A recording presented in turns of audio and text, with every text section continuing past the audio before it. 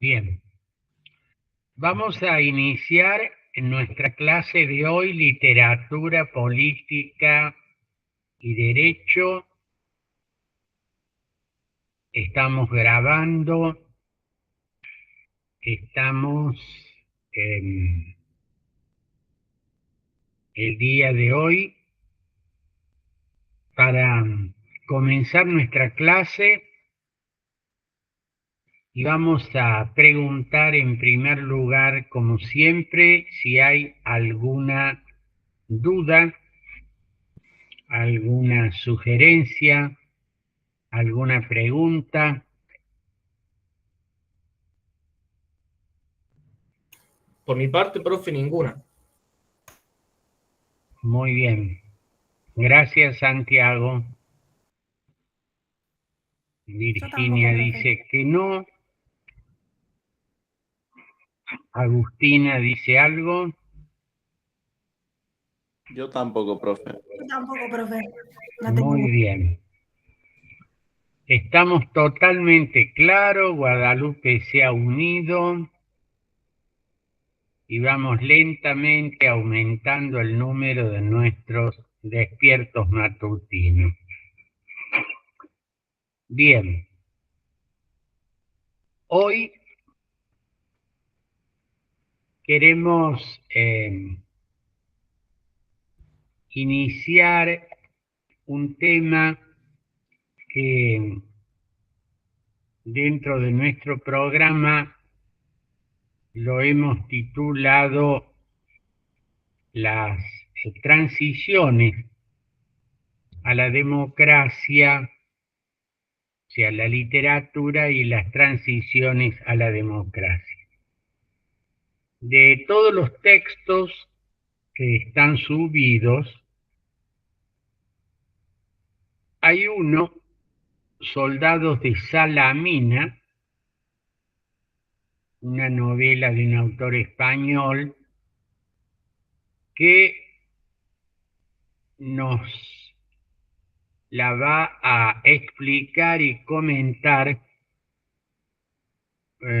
una profesora invitada que por razones de salud no lo ha podido hacer hoy, es la doctora Graciela Ferrero, que es decana de la Facultad de Lenguas de la Universidad Nacional. La doctora Ferrero próximamente nos va a presentar esta novela española sobre la transición en España, Soldados de Salamina. Lo que queremos plantear en la clase de hoy, y he colocado dos textos nuevos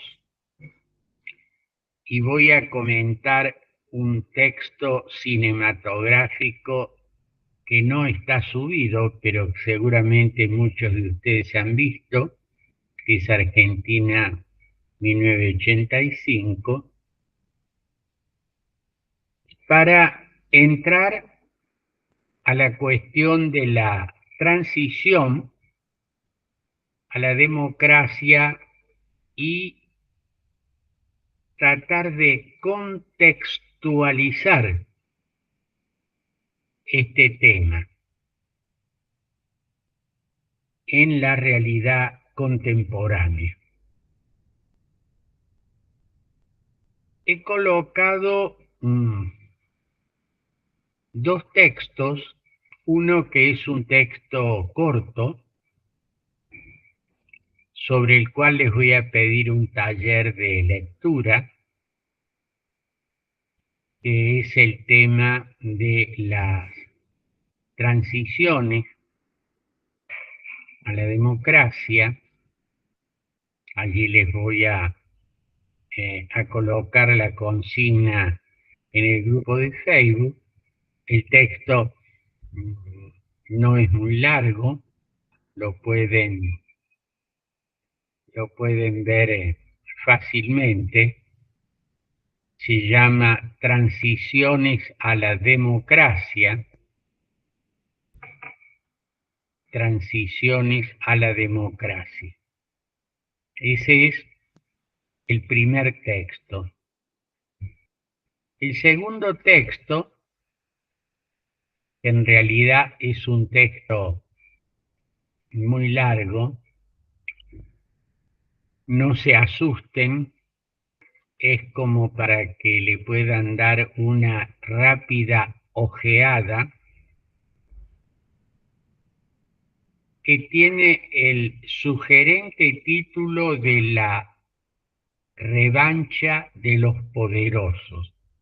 La revancha de los poderosos.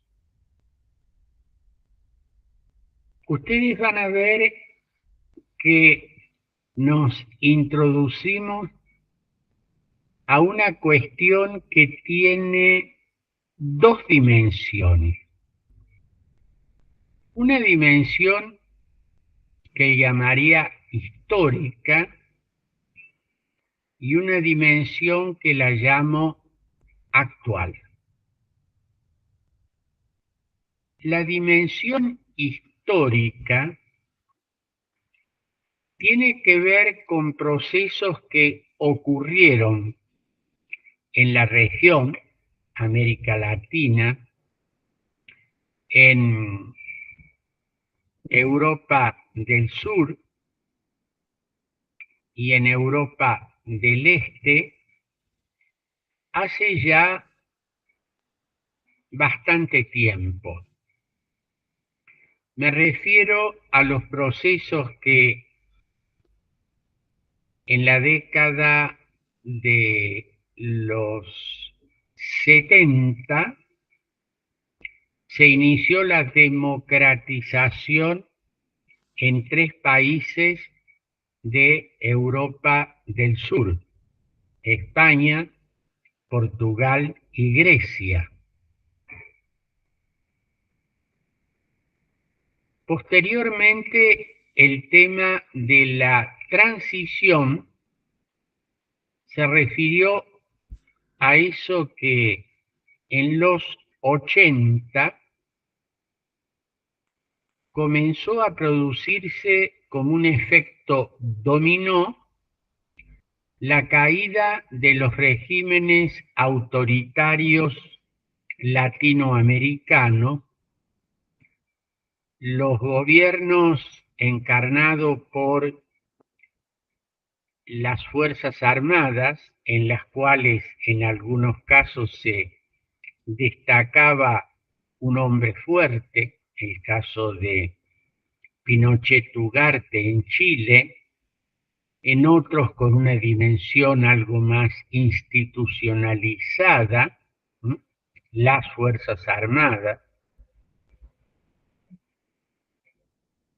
Argentina, Perú, Ecuador, Chile, Brasil,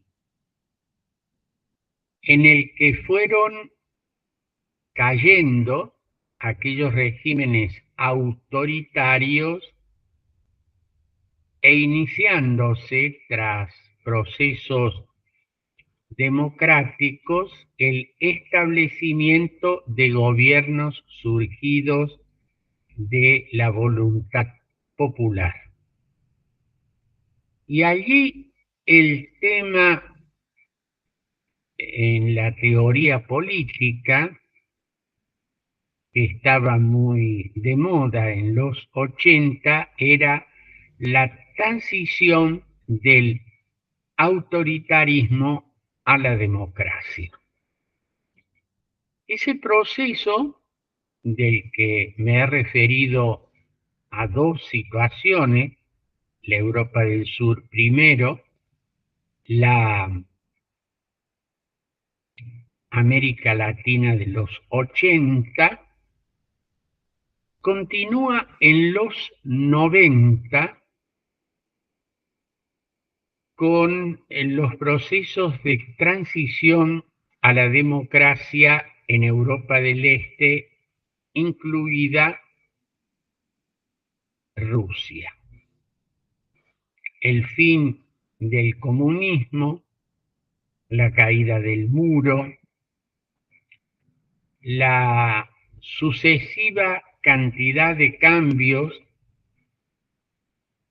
generalmente de manera pacífica, que pusieron fin a gobiernos autoritarios y o totalitarios en Alemania del Este, en Rumania, en Rusia, en otros países de la región. De manera tal que esos 90 que ponen fin al siglo XX están caracterizados en términos políticos por la aparición de democracias, por la aparición de procesos en los que los partidos que habían estado silenciados, excluidos o prohibidos, reaparecen en el escenario político institucional y la elección popular de los gobernantes se va convirtiendo poco a poco en una rutina que cada un cierto periodo de tiempo, 2 años, 3, 4, se celebran a manera de un ritual que no se interrumpe, como había ocurrido en décadas anteriores. Y aparecería como, en un primer momento, como que la democracia llegó para quedarse en nuestras latitudes y que no habría, entre comillas, más zozobras como las que se habían vivido en décadas precedentes. La primera zozobra que se vivió muchas veces antes era el retorno a la escena política de las Fuerzas Armadas tras un golpe militar, que ponía fin, interrumpía los procesos de democratización. Los 80, los 90, las primeras décadas del siglo XXI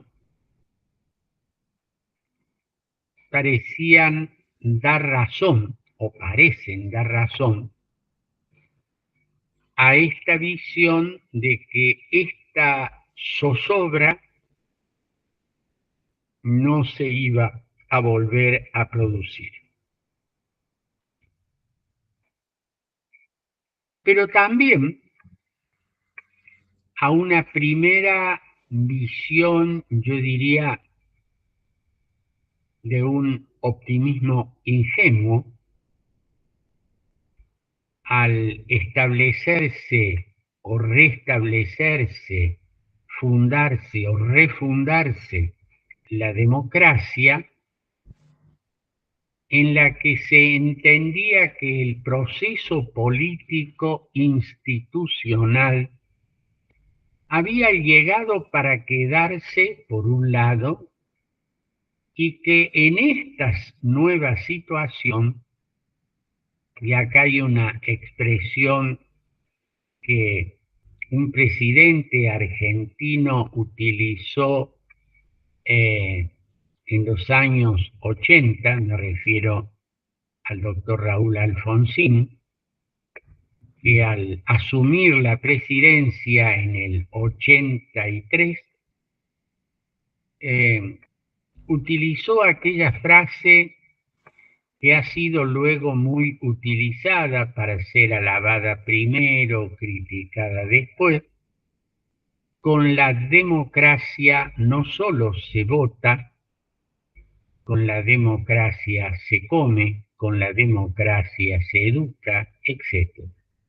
Es decir, que la democracia era algo así como la llave mágica que no solo abría la posibilidad de que el pueblo elector decidiera quiénes iban a ser los gobernantes, sino que ésta permitía el acceso a una mejora económica, cultural, a un acceso al bienestar de vastos sectores de ciudadanos.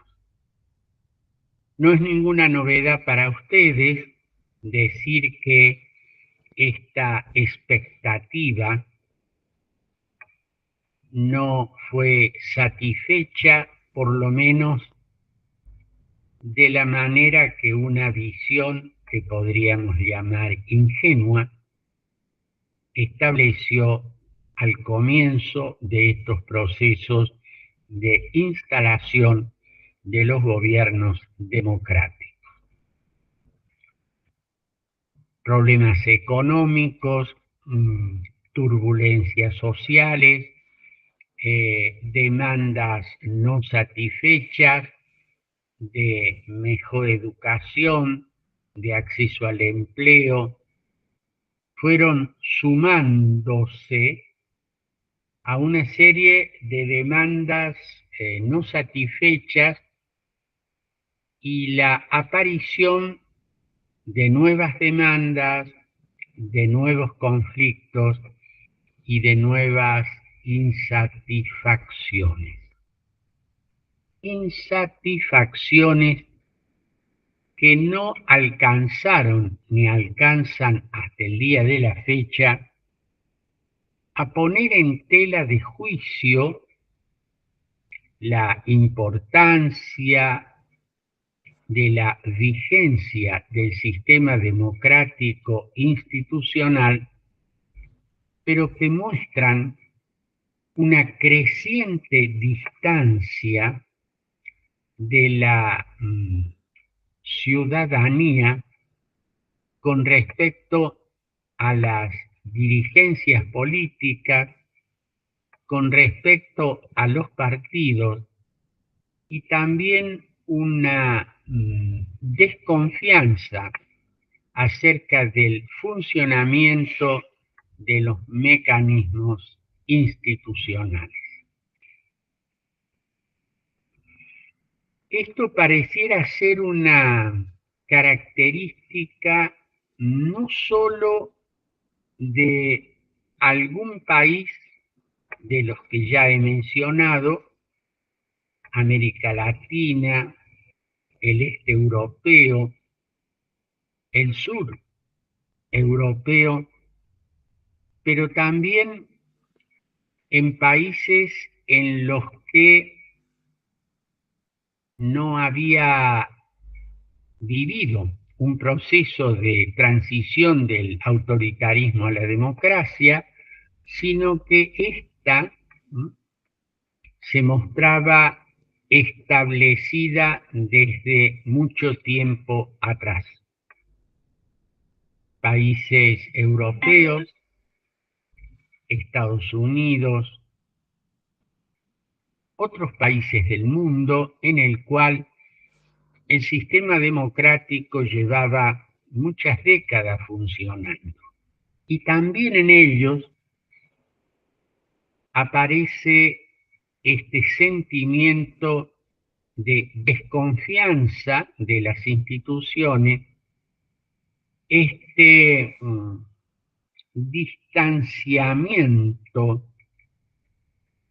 de la dirigencia política y de los partidos políticos y también de las instituciones en las que se materializa la democracia representativa, es decir, los parlamentos, tocando también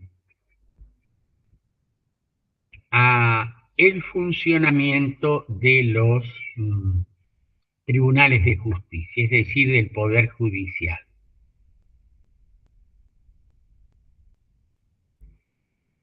Es real que dentro de todo este contexto no ha habido rupturas institucionales del antiguo alcance, es decir, la irrupción de unas fuerzas armadas o un poder militar que pone fin al proceso institucional democrático e instaura una forma autoritaria de gobierno. Pero sí se han dado crisis en las que los gobiernos surgidos de la voluntad popular se ven obligados a renunciar y en una situación más o menos tumultuaria, sin ruptura del proceso institucional, se producen cambios de gobierno a la manera de lo que ocurrió en la Argentina del 2001 y en otros procesos un poco más tumultuarios, como las del Perú contemporáneo, la Bolivia de hace algunos años y otros países de la región.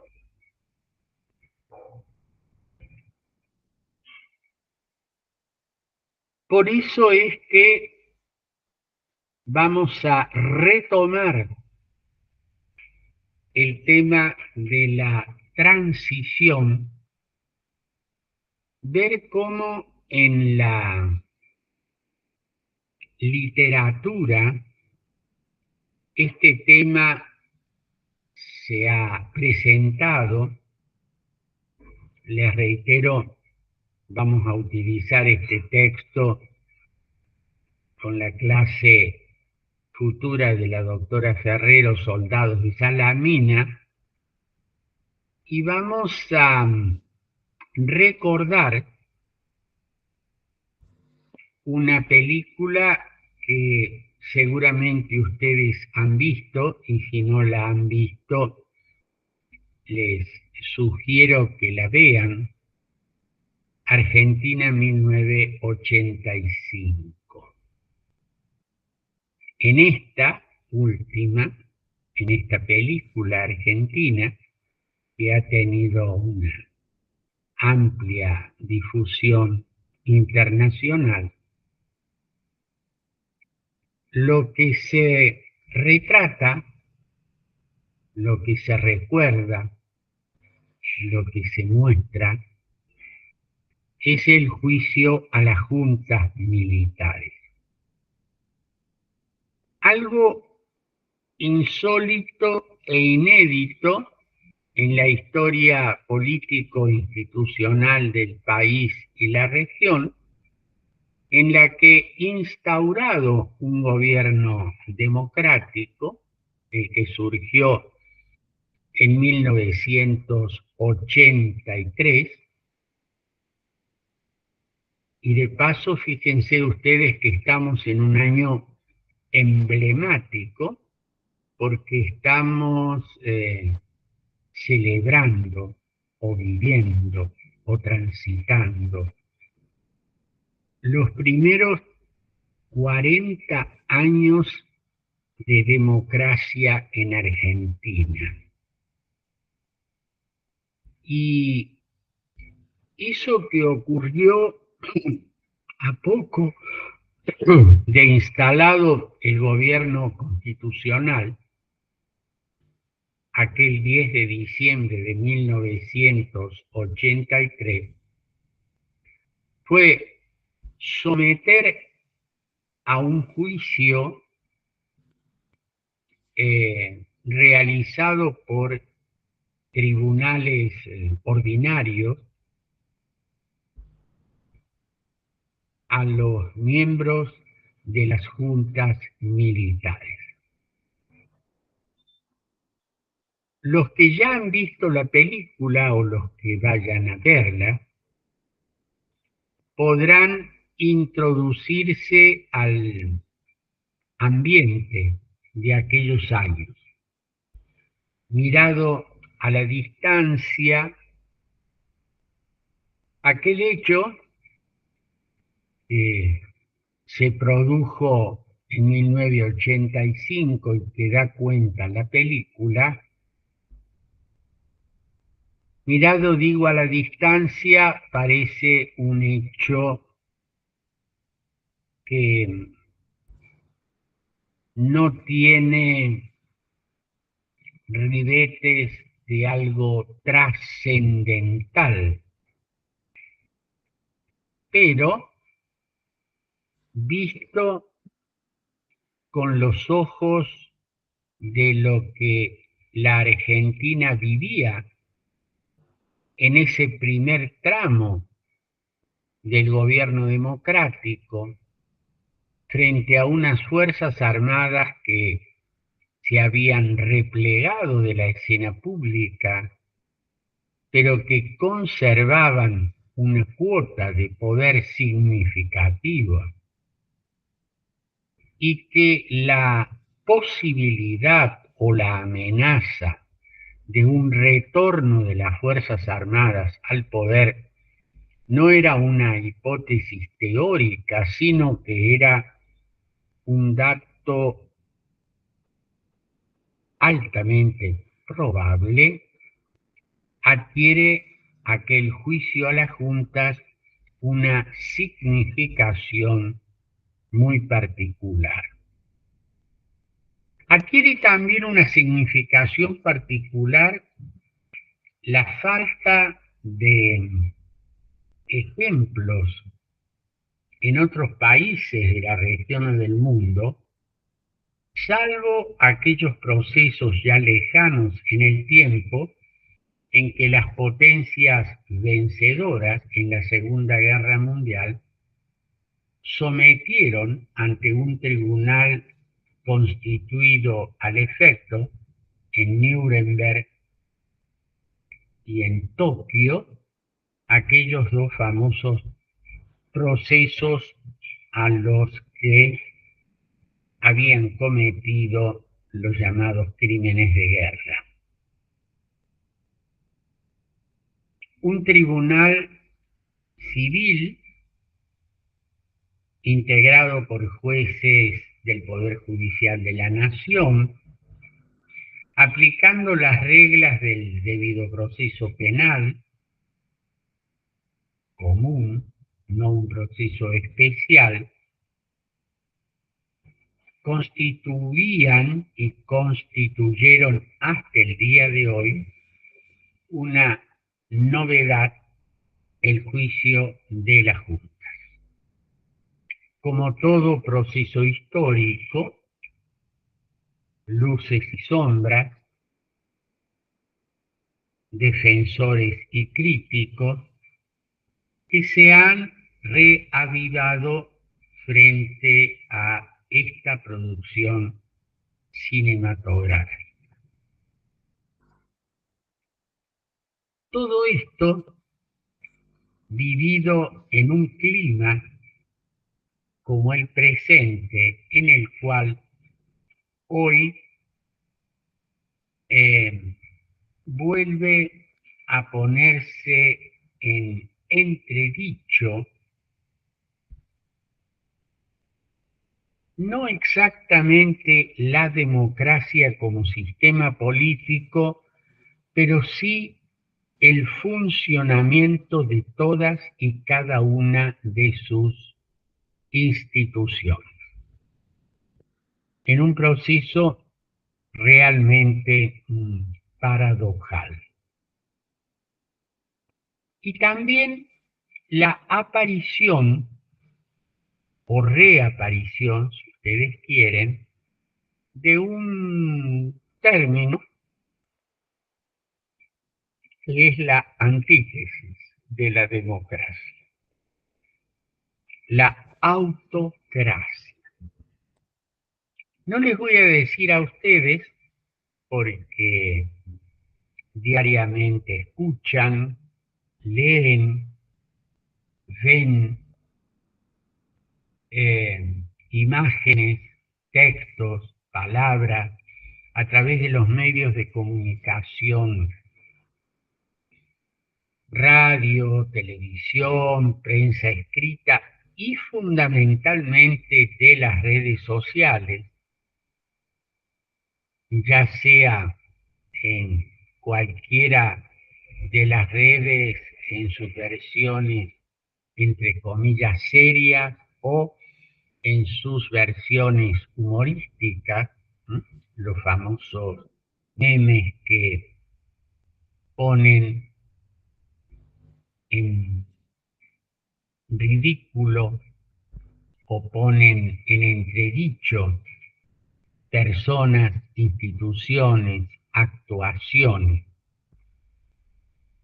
Todos ustedes, digo, son testigos y partícipes de este proceso en el cual este término, autocracia, se lo utiliza con bastante frecuencia. Pero también este tema no se circunscribe a cuestiones de la política local. El término adquiere en la región carta de identidad y es utilizado diariamente. Venezuela, Cuba, Nicaragua, hoy,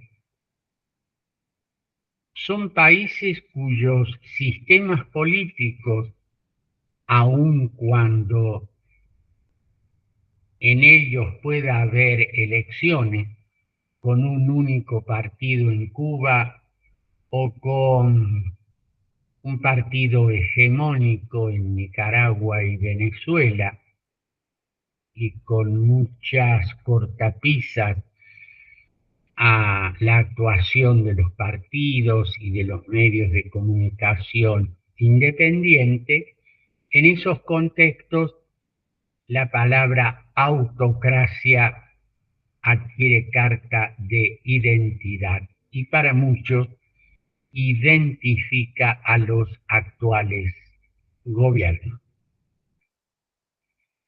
Pero también en países más lejanos, la Europa del Este, que vivió aquel proceso de democratización al que hacíamos referencia al inicio de la clase, aparece con estas figuras autocráticas. Rusia, en primer lugar, Hungría, para algunos Polonia, otros países de la región. Bielorrusia, me dice Santiago, en los cuales, en unos muy claros, el caso de Bielorrusia que acaba de decir Santiago, en otros más discutidos y discutibles, la Hungría de Víctor Orbán, o la Turquía en la que el presidente Erdogan acaba de ganar en primera vuelta la elección presidencial. Dentro de pocos días habrá una segunda vuelta, en la que desde hace bastante tiempo se sostiene en el poder. Turquía, Rusia, Hungría, otros países de la región, o liderazgos que llamaré en una fórmula elegante, poco convencionales, dentro de un sistema democrático, pero con bastante desapego a las reglas de la democracia. Fue el caso de Donald Trump, candidato primero, presidente después; Jair Bolsonaro, candidato primero, presidente después; ambos llegando al poder de manera democrática por elecciones y dejando al final de su mandato en elecciones perdidas una serie de gestos que mostraron y muestran un desapego por las reglas democráticas en el momento que es tan clave para la democracia, que es el cambio de autoridades. La aparición de liderazgos fuertes es el caso de Francia, el caso de Italia, en el cual compiten en elecciones presidenciales, Francia con una candidata como Marine Le Pen, o Italia con otros políticos que fueron gobierno, el caso de Silvio Berlusconi, que de alguna manera ha regresado al escenario político italiano, mostrando yo diría, no un perfil rupturista con el sistema democrático, pero un estilo en el cual la palabra autocracia está muy cerca del funcionamiento de esos liderazgos. Esto aparece como un fenómeno bastante universalizado. Ese texto que les decía, un poco largo, que les voy a pedir que lo vean, aunque sea por encima, tiene un título sugerente: La revancha de los poderosos. La revancha de los poderosos. Es decir, como una presencia amenazante de fórmulas autocráticas en un contexto mundial en el que desde hace algunos años se había producido esta expresión de Samuel Huntington, la tercera ola democratizadora. Según el planteo de este politólogo norteamericano Samuel Huntington, los procesos democratizadores se mueven por olas y contraolas. Así como hubo en épocas históricas precedentes una contraola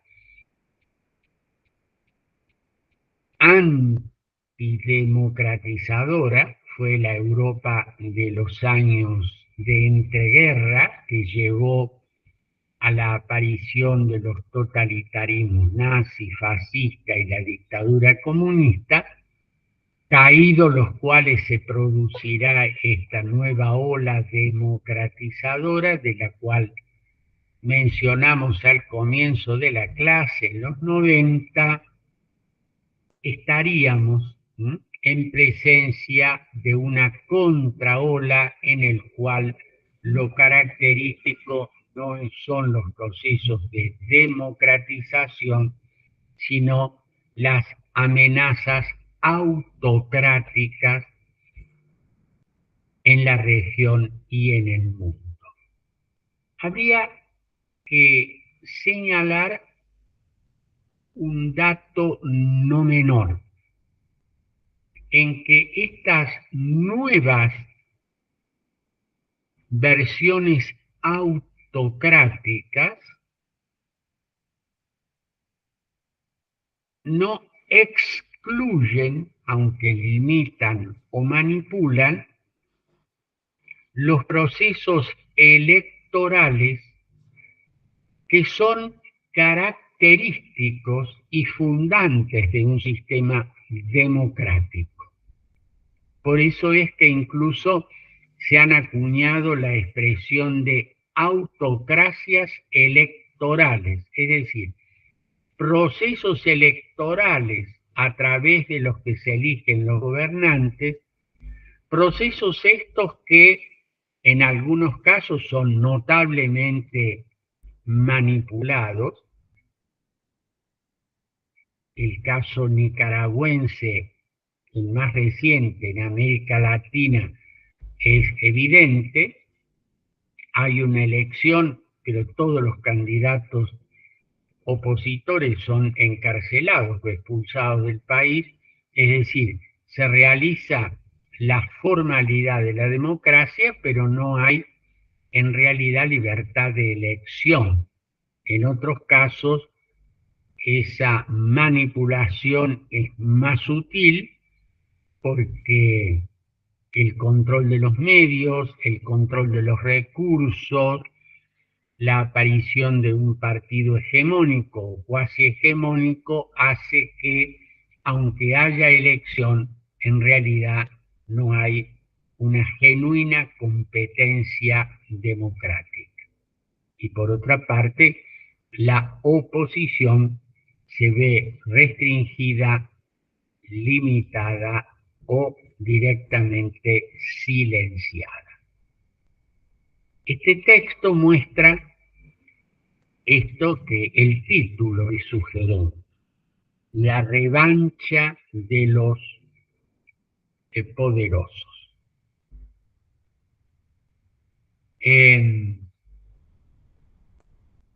Esto es lo que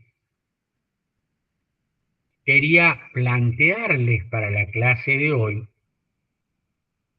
y con estos elementos ustedes pueden analizar las situaciones político-institucionales que se viven en el país y en el mundo. Quiero marcar dos expresiones, una que ha llegado para quedarse y otra que comienza a instalarse a partir de la actuación de nuevos liderazgos políticos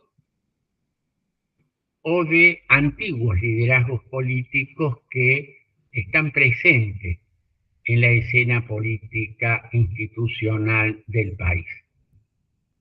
En primer lugar, me refiero sin entrar en detalles que tienen que ver con la coyuntura política electoral, al candidato libertario Javier Milei. Ustedes saben que ha popularizado o está popularizando un estilo altamente conflictivo de relación con las otras fuerzas políticas y con los otros dirigentes políticos y la utilización de una expresión que tiene un sentido profundamente peyorativo para la dirigencia política y que se proyecta sobre aquellos que desempeñan roles institucionales. Y esa expresión es la, comilla, casta política. Tal vez muchos no saben o no recuerdan, y por eso lo marco aquí, que hace varios años fue en España en el que surgió un movimiento político en el que esta expresión se utiliza. Yo no sé si nace aquí o renace, ¿no?, según mi memoria relativamente corta de estos procesos, digo corta poco más de una década, nace allí. Fue el movimiento que se conoció como M15, M por mayo, porque el día 15 de mayo, en el centro de Madrid, se produjo una presencia numerosa de personas jóvenes, digamos, promediando los 30 años, que sin referencia a las fuerzas políticas tradicionales, a los partidos políticos que habían competido desde el advenimiento de la democracia con la nueva Constitución española, digo, sin referencia a ellos, aparecía con un sentimiento fuertemente rupturista y en una manifestación tumultuaria, duró varias semanas, en el centro de Madrid. Este movimiento tuvo el nombre de los indignados. La indignación como muestra colectiva frente a los partidos, los dirigentes, las políticas, la situación social, política y económica en aquel momento de España, que hacía ya algunos años, fundamentalmente desde el 2008, ¿no?, había comenzado una crisis económica significativa para el país y que había puesto fin a una serie de expectativas de mejor nivel de vida de muchos sectores de las clases medias urbanas. Estos indignados, estos que aparecían como nuevos en la escena política de una manera tan disruptiva, se referían a los demás como la casta política. Y así estos indignados surgieron como el movimiento anticasta. Luego de algún tiempo, este movimiento se convirtió en una fuerza política que tiene el nombre de Podemos y que llegó en coalición con el actual partido de gobierno, el Partido Socialista Obrero Español, a gobernar España, siendo el vicepresidente, Pablo Iglesias, vicepresidente de el presidente del gobierno, Pedro Sánchez.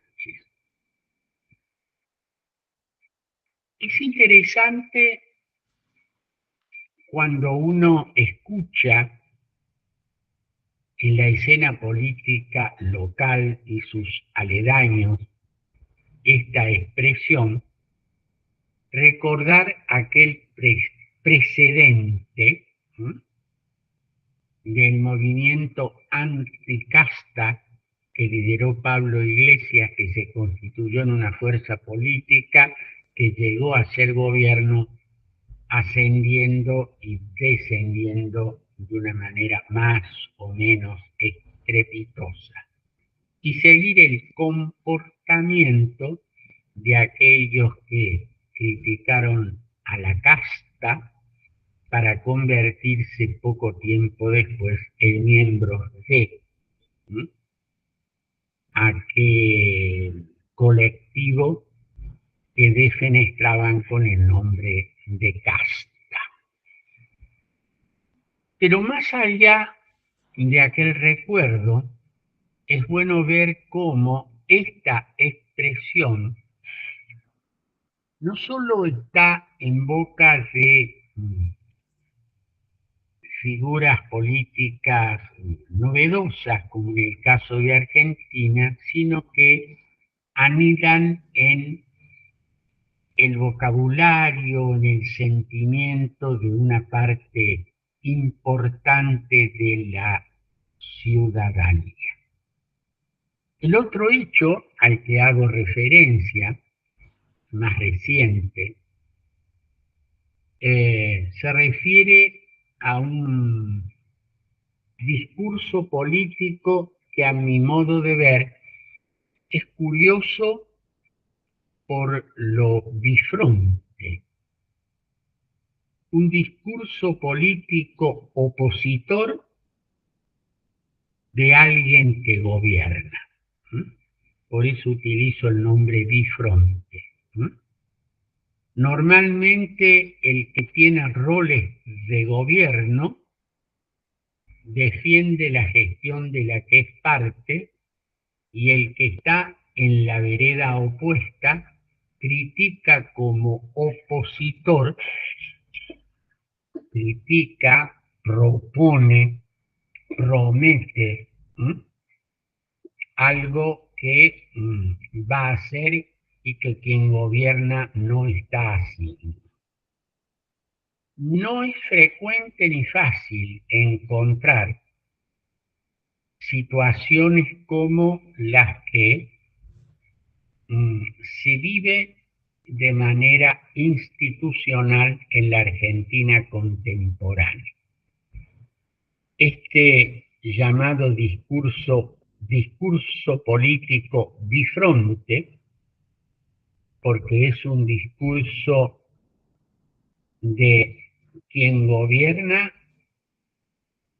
pero es un discurso opositor. Me refiero a la carta pública y algunos discursos últimos de quien desempeña la vicepresidencia del Estado argentino, en el que aparece, dejo de lado las cuestiones anecdóticas, títulos como fallas de la institucionalidad democrática, cuestionamientos al sistema democrático del cual se descree parcialmente sin descreer totalmente, y de nuevo aparece esta suerte de bifrontalidad o bipolaridad. La democracia en entredicho, no por los que son opositores del gobierno, sino por los que desde el gobierno critican en un genuino rol opositor, lo cual produce indudablemente una situación bastante inédita en el panorama político institucional. Bien, hasta aquí lo que yo tenía para decirles hoy.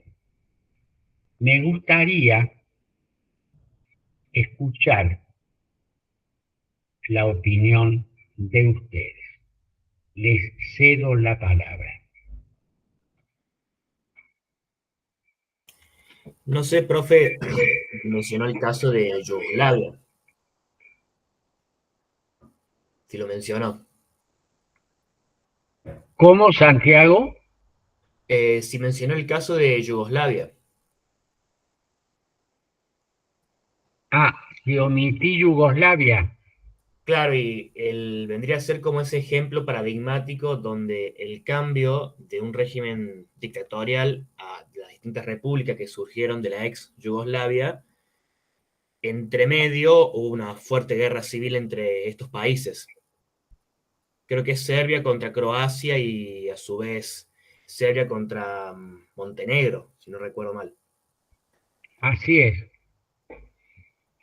Y la actual tentación autocrática del gobierno de la actual Yugoslavia, ¿no? Sí, el gobierno serbio.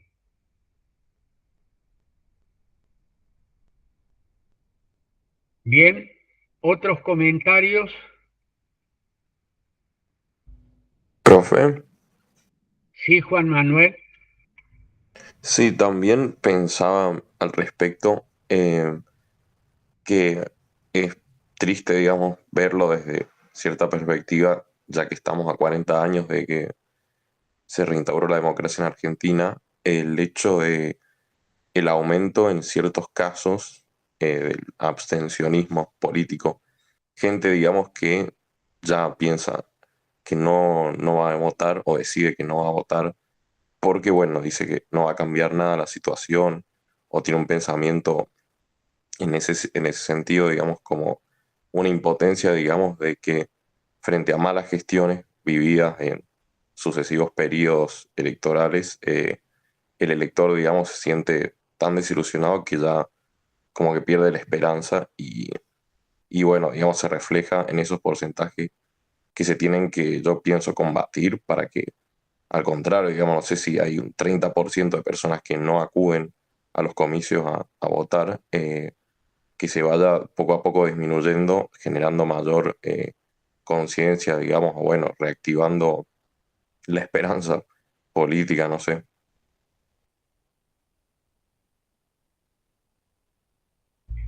Me parece interesante tu apreciación, Juan Manuel, porque efectivamente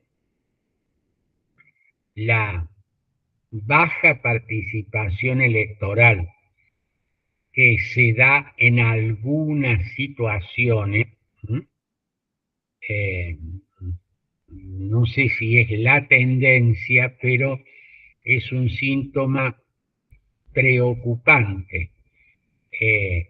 Ya tenemos la experiencia de que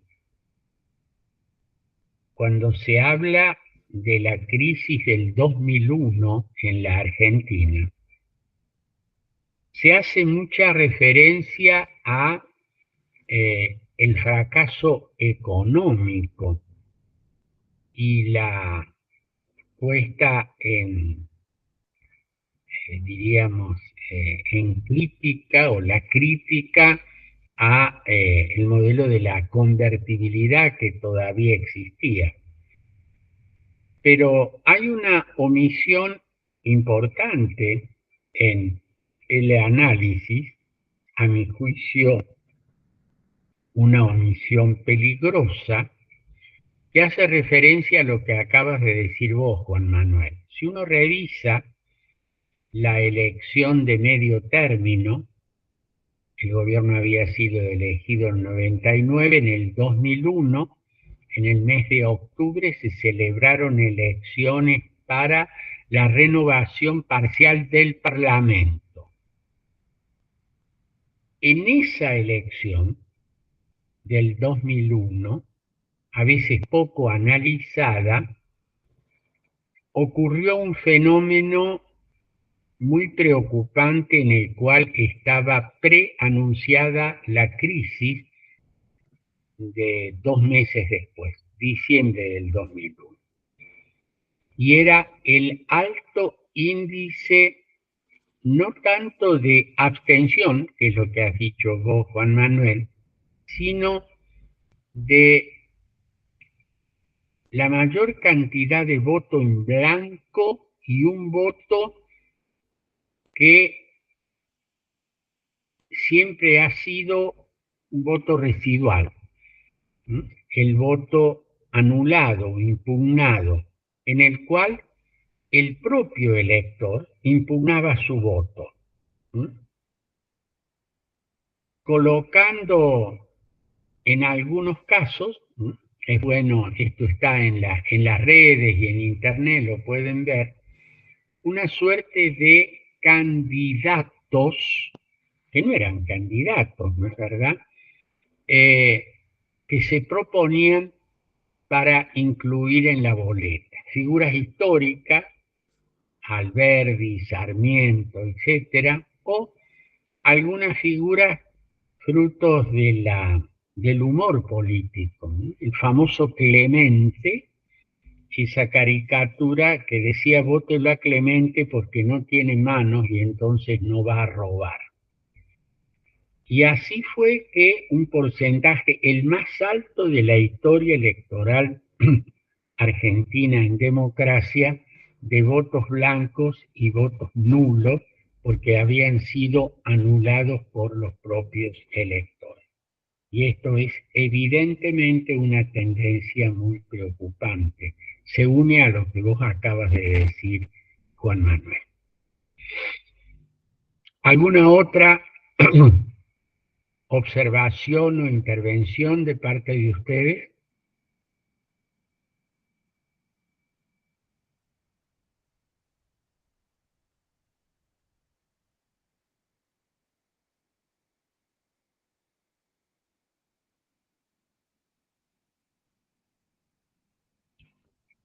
¿Algún comentario, pregunta, observación?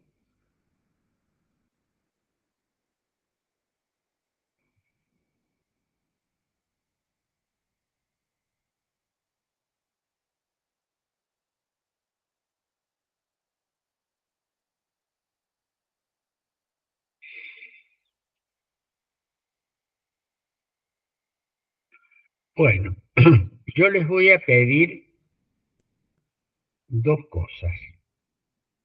En primer lugar, que hagan con el modelo taller de lectura sobre ese artículo corto sobre la transición democrática. En segundo lugar, que hagan una lectura rápida, vuelo de pájaro, por arriba de este texto que les va a quedar allí, la revancha de los poderosos.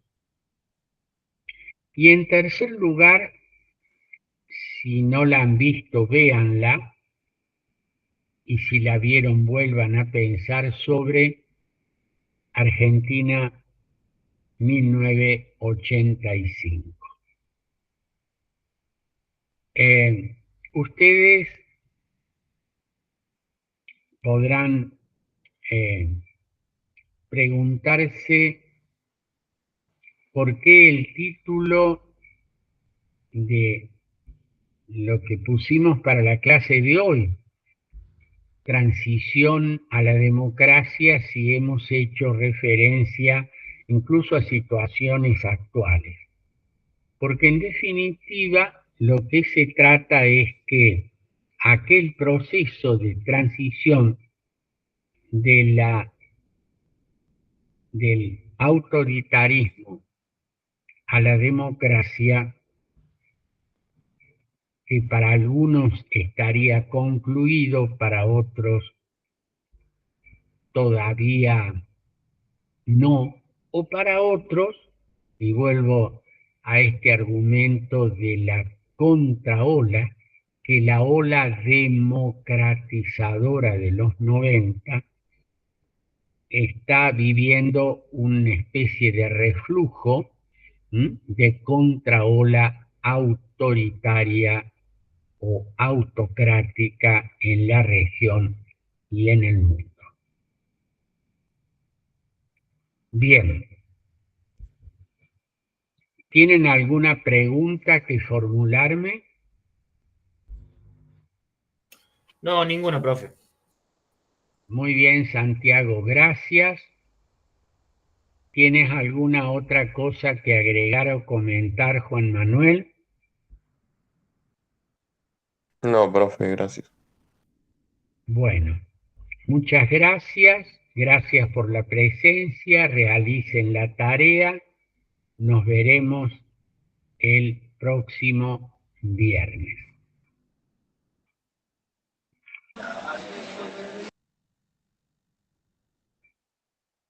No, profe. Muchas gracias.